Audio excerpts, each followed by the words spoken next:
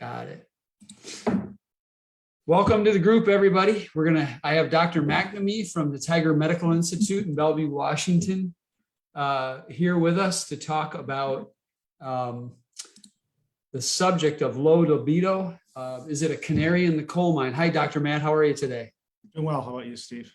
Good. So, Dr. Matt, let's just start with this question. How common is this problem of low libido among people with, middle-aged, high-stress job people, lots of responsibility? Is this something that's fairly common? Because I know people don't like talking about it. Sure. I find it to be quite common. Your kind of description of the population that you were talking about and that I've seen, I would say it's easily, I would think well over 50%, 50, 60% or so for sure. Wow. I would say, I think statistically, you'll find anywhere from probably a third to a half of the people will experience that. I feel like it's higher because I think those stats are just looking at the normal changes that happen in both men and women with things like, the hormones that can impact things like their libido. So when you add stress to that, it typically, will impact that in a greater sense. Yeah. So I think that's why I typically see more.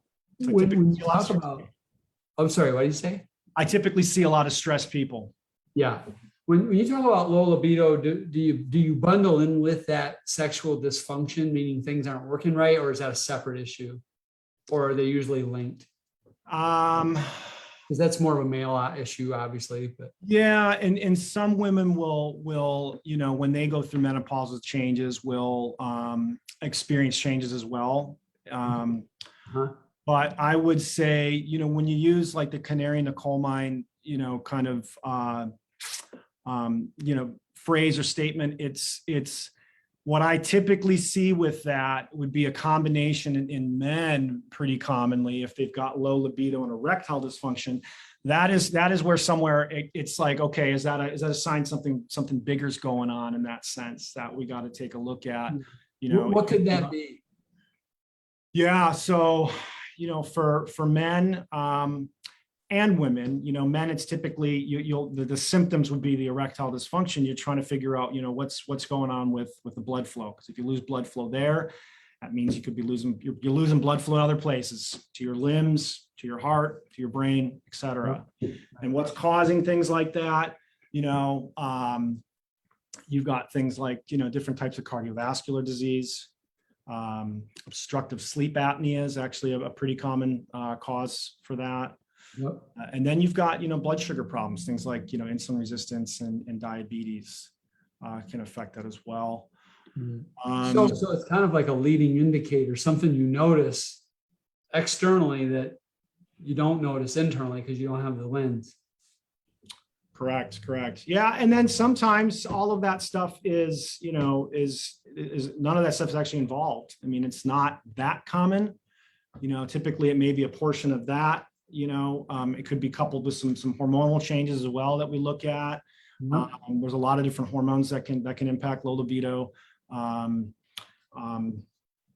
then even things like, carrying excess excess fat in your abdomen, particularly inside around the organs, can impact a lot of the different hormones, your blood sugar levels, your cardiovascular condition, and can also impact, these things as well.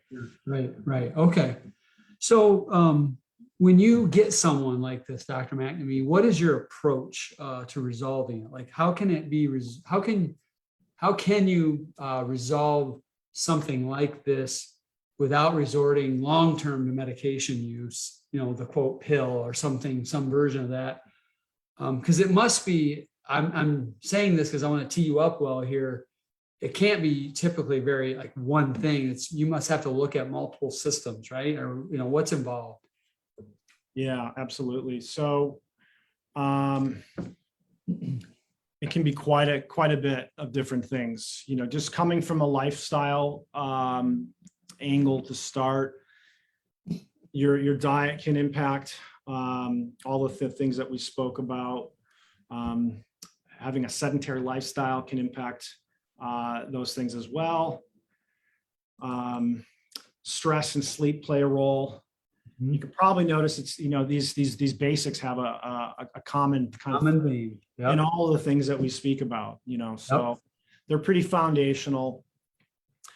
Looking at really, it's, you know, do they have any of those conditions, the cardiovascular conditions? Do they have sleep problems? Do they have, you know, like things like sleep apnea, blood sugar problems, addressing all of those things?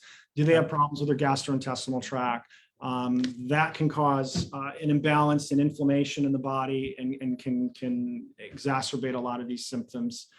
But specifically doing testing and looking at things like their cortisol and thyroid and their sex hormones, things like, you know, DHEA and testosterone and progesterone and estrogen and all those things. So looking at all of those micronutrient deficiencies and imbalance in the healthy fats can play a role as well.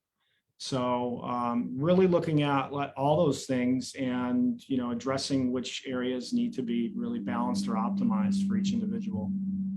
So what I hear you saying is that as you find where the imbalances are and you address those imbalances and you combine that with, you know, good lifestyle habit change, you can resolve this. This is not a life sentence, if you will. Right. No, not at all. Not at all. Yeah, absolutely. And then the great thing, what I'm hearing too, is by addressing this issue, you're actually upregulating your overall health, because it's your overall health decline and imbalances that created the problem. So by fixing the problem, you're actually fixing a lot of other things potentially. 100%. You know, the symptoms are a sign that something's out of yeah, essentially. Right. That's exciting. You know, what I'm going to tell you is this just came to my mind when I talk to you week in and week out. What you really do, Dr. McNamee, is you empower people. It's empowerment medicine, because, you know, when we go to a traditional place through no fault of those doctors, that's the system they're in. You know, the model is prescribe and get stuck on some type of prescription. And what you're offering people is a way out of that, where they can actually address their whole self and have total body health. And now that empowers them to live a potentially longer life, but at least a better life while they're alive. Yeah, no, 100%. I mean, that's what I've always been excited about doing is educating individuals about their bodies and what's going on, and empowering them to, you know, to take certain steps that they can, you know, take, you know, their, you know, health trajectory, you know, you know, they're in control of that, you know.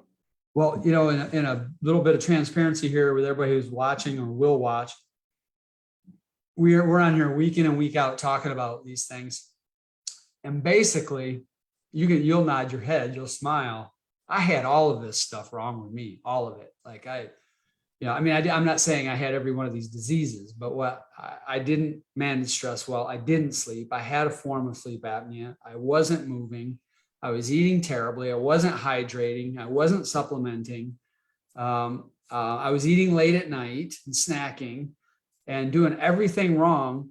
And I got to my early 50s and felt lousy, completely lousy. And my sleep scores when I got the Oura Ring were in the 40s and 50s. My morning readiness scores were in the 40s or 50s.